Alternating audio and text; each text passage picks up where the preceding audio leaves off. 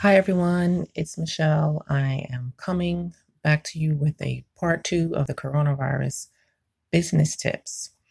And I'm in my office so that the school age children can do what they need to do for school. They are on Zoom. And so any type of talking or anything like that, I don't want to disturb them. All right. So let's get started. 5 personal development tips, 5 business development tips. All right. So, number one for personal development, take time for yourself. We are taking care of everybody else. We are not spending enough time with ourselves. This kind of a slowdown that we have with this pandemic kind of let me see that. And it's very, very important that you do that, whether you are journaling, whether you are just sitting quietly and just being, um, whether you are doing something that you've always wanted to do, go ahead and do that. That's very important. Number two, develop a hobby. Um, some of us have put our hobbies on the back burner. Some of us have hobbies that we've been saying, oh, I want to do this. I've always wanted to do that. And so now's the time to go ahead and do it. You will feel good about it. It will help you to take your mind off of some of the things that are going on. Every time we turn on the TV, we're inundated uh, with a lot of what's going on. And so we want to kind of develop ourselves and get our minds clear. And number three, remember your faith. Um, a lot of us were scrambling. We didn't know what to do. We were like, oh my goodness, this is the end. And so your faith is going to really help you through this. Um, and I know it has helped me quite a bit. Number four, develop a routine.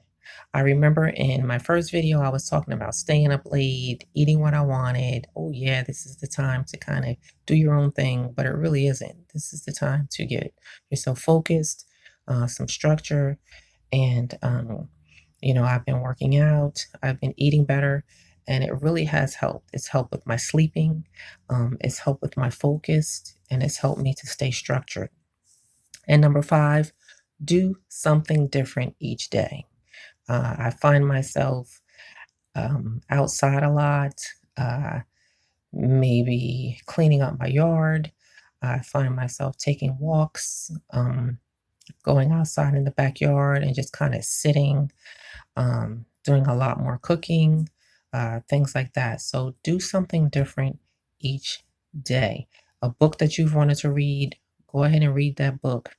If it's a new genre, go ahead and dive right into it because this is something that we definitely need to be doing with ourselves. All right, the 5 business development things. Number one, develop a plan. This too is going to help you to organize and structure your business in the way you want to. So you don't necessarily have to rewrite your policies, you don't necessarily have to rewrite your contracts, but you want to have plans in place so that once you really get up and running, again, those of you that are closed or only open part time or something like that, you want to make sure that you have those things that you know that you want to do for your business. And there are going to be a lot of changes, particularly with the way uh, your children and your parents enter your homes, exit your homes. Um, some of you, or I know a lot of you, are taking the temperature before the children even go inside your home. Some of you are meeting the cars outside. So some of these are different changes that you have made, but these are changes that can stay within your policies and your contracts. And so having a plan really helps. I know a lot of us were told to do emergency preparedness plans, and if you have not done so, you definitely need to do that now. All right. Number two, change that attitude of I've always done it this way, because this is not the time to have that attitude. You're going to have to change. You're going to have to do some things differently. You're going to have to approach a lot of the business decisions that you've been um, that you've had to do for a while, you're going to have to change those. Your mindset is going to have to change about the way you do business, how you do business, um, what you have in your business. It's all going to change, and you have to get used to that. Now, do you have to do it all at once? No, but you need to kind of make a list and say, yes, these are some of the things that I need to start doing. I've always done it this way. Now I need to do it that way. And you find that change is really good. And so, like I said, take it one step at a time, one day at a time, and you'll be fine. Uh, Number three, create that garden, that special play area, those toys that you've wanted to get for the children.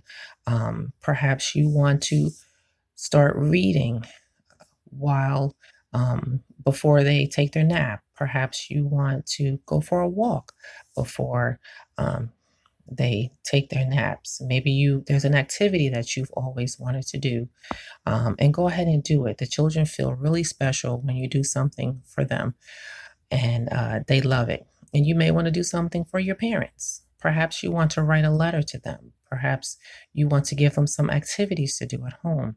I know a lot of the childcare providers are still open, even though the children are not physically in their home, but they are doing uh, webcams, a lot of Zoom, and so maybe you want to have a special um, story time with them. You might want to have a special circle time with them, or you may want to do a certain craft with them, or show them a lot of the changes that you're making within your center and say, look, this is what I'm doing. This is my new garden, and we're going to garden once we get back into the swing of things. This is that, or this is this. And so you want to kind of do those things that perhaps you've wanted to do all along. And it's going to make for your business is going to be so much better. And you're going to feel good about that you've made those changes. All right. And number four, continue to learn. There are tons of webinars that are going to be and have been offered for you. And don't just take webinars on family childcare or the usual things that we had to do for our licensing and our registration. Take business webinars, take business classes, um, read on magazines on how to be an entrepreneur, things like that. You are a business owner, you are an entrepreneur, and your continued education and self education is very, very important, particularly to the type of businesses that we're in. We need to constantly be learning. And it's very, very important. And it shows dedication and it shows that you really care about your business and you want it to work. And lastly, prepare, prepare, prepare. I cannot say that enough. Um, we don't want to be scrambling for whatever comes our way next time. We want to always be on top of things, although some things you can't be on top of, but you can at least have something prepared that you know you can put in place when something like this happens again, or it could be anything. If a child withdraws out of your school or your family childcare, what are you going to do about it? What is your plan? What have you put in place to do something about that? Um, Anything.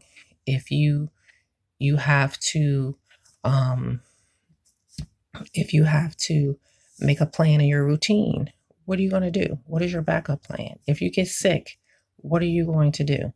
And so this is the time to prepare, prepare, prepare, and to make sure that you are ready. And so those are my 10 tips. Leave your comments below. Check out the other videos. If you haven't seen the coronavirus business tips, dear family childcare providers, I'm going to put that in the description bar so that you can see it, or it might be in one of the links um, during the video.